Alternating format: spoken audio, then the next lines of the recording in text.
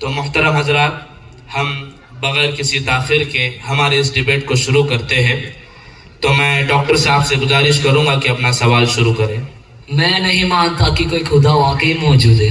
Doctor صاحب، آپ کے نہیں ماننے کی وجہ کیا ہے؟ اگر واقعی میں کوئی خدا موجود ہوتا تو پھر دنیا میں ہر جگہ اور امن قائم رہتا. پھر اتنے دنگے تکالیف کیوں؟ کیا خدا کو دنیا میں ہر جگہ شانتی قائم نہیں کرنی چاہیے تھی؟ بہت ہی بہترین سوال ڈاکٹر صاحب آپ کا. کیا اس کا جواب ٹیم مسلم میں سے کوئی دے سکتا ہے؟ جی مولانا عرفان صاحب، آپ جواب دیجیے. بہت اچھے ڈاکٹر صاحب، لیکن پھر میں بھی نہیں مانتا کوئی ڈاکٹر وغیرہ ہے.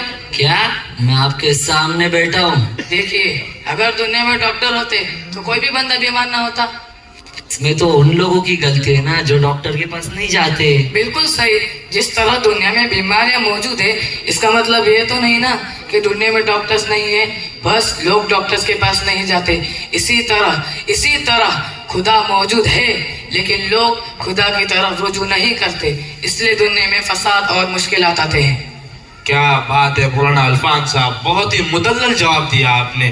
ڈاکٹر صاحب، کیا آپ ان کے جواب سے متفق ہیں؟ جی. اب ٹیم اہل باطل میں سے کسی کے پاس کوئی سوال ہے؟ جی عارض سر، آپ سوال کیجئے. میرا اعتراض یہ ہے کہ اسلام عورتوں کو ان کے مکمل حقوق کیوں نہیں دیتا. بات یہ ہے کہ میرا اعتراض آپ سے یہ ہے کہ اسلام عورتوں کو ان کے مکمل حقوق کیوں نہیں دیتا. بات یہ ہے کہ اسلام عورت کو زبردستی حجاب پہنانے پر مجبور کرتا ہے، حالانکہ یہ تو عورت کی فطرت ہے کہ وہ اپنے آپ کو سنوارے اور سجائے. بہت ہی بہترین سوال. آپ نے بہت ہی بہتر اعتراض کیا ہے. کیا اس کا جواب ٹیم مسلم میں سے کسی کے پاس ہے؟ جی مولانا عمران صاحب، آپ جواب دیجئے. مجھے اس بات پر آپ سے اختلاف ہے. اسلام میں حجاب عورتوں کو دبانے کے لیے نہیں، بلکہ ان کی عزت اور ان کی حفاظت کے لیے ہے. قرآن مرد اور عورت دونوں کو شرم و حیا سکھاتا ہے. مردوں کے لیے حکم ہے کہ اپنی نظریں نیچے رکھے، اور عورتوں کے لیے حکم ہے کہ اپنے آپ کو پردے میں رکھے. یہ ان کے حق کو چھیننا نہیں، بلکہ ان کی عزت اور ان کے مقام کو بلند کرنا ہے.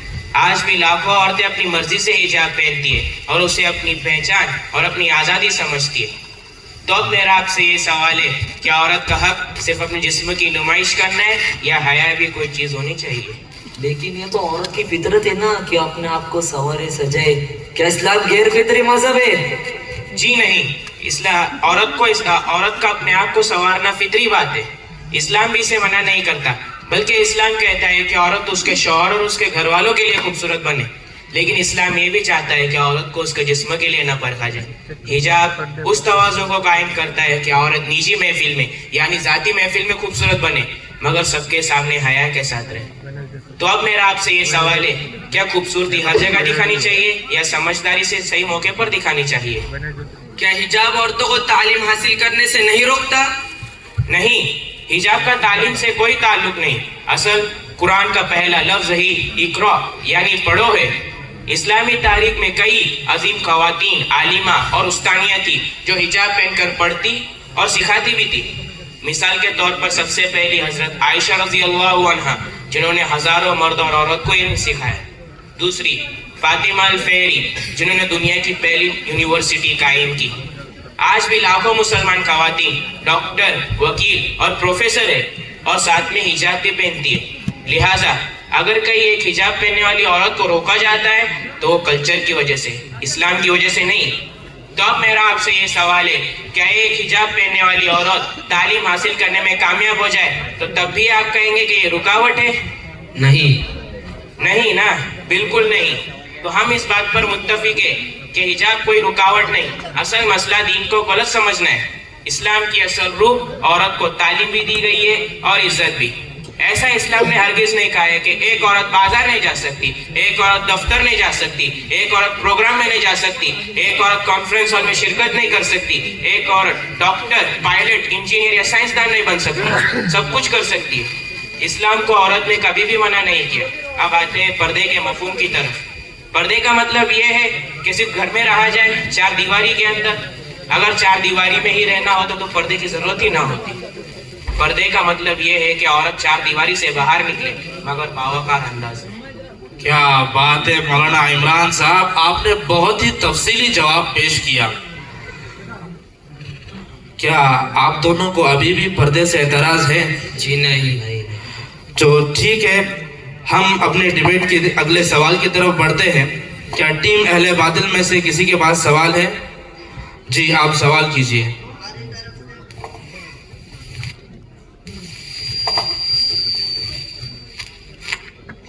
ہماری طرف سے اب یہ سوال ہے, اگر اسلام ایک پرامن مذہب ہونے کا دعویٰ کرتا ہے تو ہم اس کے نام پر دہشت گردی کیوں دیکھتے ہیں؟ بہت ہی بڑھیا جواب, بہت ہی بہترین. تو اس سبق کا جواب ٹیم مسلم کے پاس ہے. جی مولانا عبداللہ احد صاحب, آپ جواب دیجئے. تو ابو ذر سر, اب ذرا سنیے. اسلام کا حقیقی پیغام امن ہے. اسلام سلام سے نکلا ہے, جس کا مطلب ہے امن سلامتی. اسی لیے مسلمان ایک دوسرے کو السلام علیکم کہہ کر سلام کرتے ہیں, جس کا مطلب ہے آپ پر سلامتی ہو. ذرا سوچے, جس مذہب میں یہ تعلیم ہو کہ جب بھی کسی دوسرے سے ملو تو اسے سلامتی کی دعا دو, کیا وہ مذہب دہشت گردی سکھا سکتا ہے؟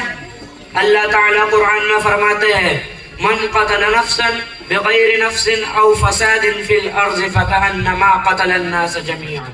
جس نے کسی جان کو ناحق قتل کیا گویا کہ اس نے تمام انسانوں کو قتل کیا. دہشت گردی تو دور کی بات, اگر آپ کسی کو زبان سے بھی تکلیف پہنچا رہے ہو تو آپ مکمل ایمان والے یعنی مکمل اسلام والے نہیں ہو. ابھی آپ کا اسلام ادھورا ہے, نامکمل ہے. ذرا سوچے, جس مذہب میں یہ تعلیم ہو کہ جب بھی ذرا سوچے, کیا کوئی اور مذہب اتنی باریکیوں تک سلامتی اور نرمی کی دعوت دے سکتا ہے؟ کیا کوئی مذہب اتنی باریکیوں تک دہشت گردی کے خلاف تربیت دے سکتا ہے؟ ابو ذر سر, اب ذرا یہ بھی سنیے. آپ کے سوال کی بنیادی وجہ میڈیا اور تعصب ہے. جب کوئی مسلمان کوئی جرم کرتا ہے تو میڈیا فوراً اس پر ٹیررزم کا لیبل لگا دیتی ہے. نیوز کی ہیڈ لائنز میں اسلام کو نمایاں کیا جاتا ہے, لیکن اگر یہی جرم کوئی اور کرے تو یا تو نیوز بنائی نہیں جاتی, یا اگر بنائی بھی جائے تو ایسے کہا جاتا ہے کرائم, شوٹنگ یا مینٹل ایلنس. 2011 میں اینڈرس بریوک نام کے ایک شخص نے 77 لوگوں کو قتل کیا, لیکن اسے عیسائی دہشت گرد نہیں کہا گیا بلکہ اسے مینٹل ایل کہا گیا کہ وہ ذہنی بیمار ہے. بھارت, یورپ اور امریکہ میں بھی جب اہل باطل کے جانب سے عورتوں پر حملے ہوتے ہیں تو انہیں انفرادی جرم قرار دے کر چھپا دیا جاتا ہے. کیا وہ دہشت گردی نہیں؟ لیکن اب سوال تو یہ ہے کہ جب کوئی مسلمان ملزم ہو تو جرم کی ہیڈ لائن پر مذہب کو کیوں گھسیٹا جاتا ہے؟ میڈیا ایسا کیوں کرتی ہے؟ یہ برین واشنگ ہے جو میڈیا کرتی ہے. اب ذرا عقل سے سوچے, دنیا میں مسلمانوں کی تعداد تقریباً 2 ارب ہے. اگر واقعی اسلام دہشت گردی سکھاتا اور مسلمان صرف خون بہانے کے در پہ ہوتے تو کیا زمین پر اب تک امن باقی رہتا؟ کیا اتنی بڑی آبادی دنیا کو تباہ نہ کر دیتی؟ لیکن حقیقت تو یہ ہے کہ اربوں مسلمان اپنی زندگی امن و سکون کے ساتھ گزار رہے ہیں, تعلیم حاصل کر رہے ہیں اور انسانیت کی خدمت میں مصروف ہیں. اب آتا مولانا احد صاحب, آپ بھی سوال کا جواب دینا چاہیں گے؟ جی ضرور جواب دیجیے, ہر ایک کو بولنے کا حق ہے یہاں پر. ابو ذر سر, یہ بھی سنیے. یہ ایک کڑوی حقیقت ہے کہ آج کی دنیا میں اسلام اور مسلمانوں کے بارے میں غلط فہمیاں پھیلائی جاتی ہے. جب بھی کوئی واقعہ پیش آتا ہے سب سے پہلے شک کی انگلی مسلمان پر اٹھائی جاتی ہے, خواہ کوئی ثبوت ہو یا نہ ہو. مسلمانوں کی بدنامی کے 2 بڑے اسباب ہیں. ایک منظم پروپیگنڈا, جس میں میڈیا کے ایک بڑے حصے نے اسلام کو دہشت گردی سے جوڑ کر ایسا ماحول بنا دیا کہ اگر جرم کسی نے بھی کیا ہو مگر الزام مسلمان پر لگتا ہے. دوسرا, بے گناہ مسلمانوں کو نشانہ بنانا, جہاں اکثر ٹیرر کیسز میں ایسا ہوتا ہے کہ پولیس اصلی مجرم تک نہ پہنچ سکے تو کسی کمزور اور بے سہارا شخص کو پکڑ کر کیس پورا کر دیتی ہے. سالوں تک جیلوں میں سڑنے کے بعد جب عدالت سچ دیکھتی ہے تو آپ کو پتا ہے کیا ہوا؟ وہی لوگ باعزت بری ہوتے ہیں, یعنی وہ ابتدا سے ہی بے قصور تھے. سوال یہ ہے کہ ان کی 20 سال کی جوانی کس نے لوٹی, ان کے خواب کس نے توڑے اور ان کی ماں بہنوں کے آنسو کا حساب کون دے گا؟ اسلام دہشت گردی کا مذہب نہیں بلکہ سلامتی, رحمت, عدل اور امن کا مذہب ہے. مگر جب کسی قوم کو بدنام کرنا مقصود ہو تو سب سے آسان ہتھیار جھوٹے الزامات, میڈیا اور بے گناہوں کی گرفتاریاں ہوتی ہیں. ابھی آپ نے کہا مسلمانوں کی تعداد 2 ارب سے زیادہ ہے، پھر آج کے ایجادات یعنی انویشنز اور سائنسی خدمات میں مسلمانوں کا کنٹریبیوشن اتنا کم کیوں دکھائی دیتا ہے؟ شارق سر، آپ کا سوال تو بہت سوال ہے، کیا اس کا جواب ٹیم مسلم کے پاس ہے؟ جی حافظ مشتاق، آپ جواب دیجیے۔ آپ کا دعویٰ حقیقت سے بہت دور ہے۔ اگر ہم تاریخ کے اوراق پلٹیں تو یہ بات واضح ہو جاتی ہے کہ مسلمانوں نے سائنس، طب، تعلیم، فن تعمیر، کھیل، فلسفہ، میڈیسن اور کلچر میں ایسے بے مثال خدمات انجام دی ہیں جن کے بغیر جدید دنیا کا تصور بھی ممکن نہیں۔ تعلیم کے میدان میں مثال کے طور پر فاطمہ الفہری، ایک مسلمان خاتون نے سن 859 میں مراکش کے شہر فاس میں جامع القرویین قائم کی، جسے یونیسکو نے دنیا کی سب سے قدیم فعال یونیورسٹی قرار دیا، اور جو آج بھی علمی خدمات انجام دے رہی ہیں۔ یہ اس بات کا ثبوت ہے کہ اسلام میں مرد عورت دونوں کو تعلیم کے یکساں مواقع دیے ہیں، وہ بھی اس وقت جب یورپ میں یونیورسٹیاں قائم ہونا تو دور کی بات، تعلیم عام بھی نہ تھی۔ طب کے شعبے میں ابن سینا کا نام نمایاں ہے، جنہوں نے القانون فی الطب یعنی طب کا قانون نامی کتاب لکھی، جو 600 سال تک یورپ کی جامعات میں پڑھائی جاتی رہی۔ انہوں نے بیماریاں جیسے ٹیوبرکلوسس، ڈائبٹیز اور ذہنی امراض پر تحقیق کی۔ طب کے شعبے میں مسلمانوں کی خدمات بے مثال ہے۔ مثال کے طور پر الرازی نے حفظان صحت اور بیماریوں کی روک تھام پر مفصل کتابیں اسمال پاکس اور میسلز یعنی چھوٹے چیچک اور خسرہ میں فرق دریافت کیا، صفائی لکھی، طب اخلاقیات کی اہمیت کو اجاگر کیا۔ اسی طرح مثال کے طور پر ابو القاسم زہراوی، جنہیں فادر آف سرجری کہا جاتا ہے، جنہوں نے 200 سے زائد جراحی کے آلات ایجاد کیے ہیں، جن میں سے آج بھی دنیا بھر کے اسپتالوں میں استعمال ہو رہے ہیں۔ سائنس اور ٹیکنالوجی کے میدان میں بھی مسلمانوں کا کردار کلیدی رہا ہے۔ جابر بن حیان کو فادر آف کیمسٹری کہا جاتا ہے، جنہوں نے نائٹرک ایسڈ اور ہائیڈروکلورک ایسڈ جیسے کیمیکل کمپاؤنڈز کو دریافت کیا اور جدید کیمسٹری کی بنیاد رکھی۔ میرا کا سوال یہ ہے کہ رکیے، میرا پورا جواب سنیے۔ ریاضی کے شعبے میں الخوارزمی کا نام نمایاں ہے، جنہیں فادر آف الجبرا کہا جاتا ہے۔ الگوریتم بھی انہی کے نام سے ماخوذ ہے۔ ان کی تحریروں نے نہ صرف مسلم دنیا بلکہ یورپ میں ریاضی، فلکیات اور حساب کو نئی سمت دی۔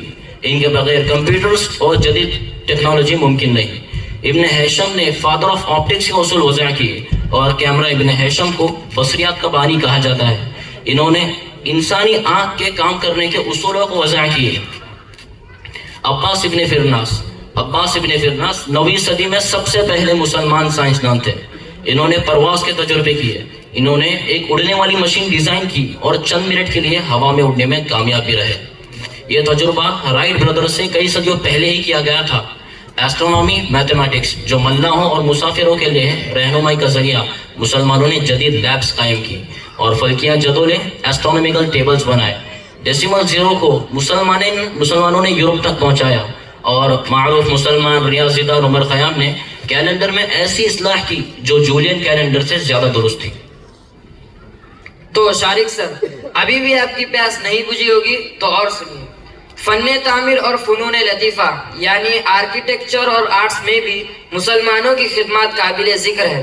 بھارت کا تاج محل، اسپین کا الحمرا اور ترکی کی بلو ماسک دنیا کے مشہور عجائبات میں شمار ہوتے ہیں، جو اسلامی فن تعمیر کی عظمت کا منہ بولتا ثبوت ہے۔ یہ خدمات صرف تاریخ کا حصہ نہیں بلکہ جدید دور میں بھی مسلمان دنیا کے مختلف شعبوں میں نمایاں خدمات انجام دے رہے ہیں۔ معروف باکسر محمد علی نے نہ صرف کھیل کے میدان میں اپنی صلاحیتوں کا لوہا منوایا بلکہ انصاف، مساوات اور انسانی حقوق کے لیے بھی مضبوط آواز اٹھائی۔ خبیب UFC کے غیر شکستہ چیمپئن جو اپنے نظم و ضبط، ڈسپلین اور ایمان کے احترام کے لیے مشہور ہے۔ یہ الجبرا سے لے کر کیمسٹری تک، جابر بن حیان کے تجربات سے کیمرہ کے نظریے تک، دنیا کی پہلی یونیورسٹی کے قیام سے لے کر جدید طب کے آغاز اور انسانی جسم پر سائنسی تجربات تک، مسلمانوں نے انسانی تہذیب میں ناقابل فراموش کردار ادا کیا ہے۔ لیکن ہوا کیا؟ مغربی تاریخ نگاری نے ان تمام کارناموں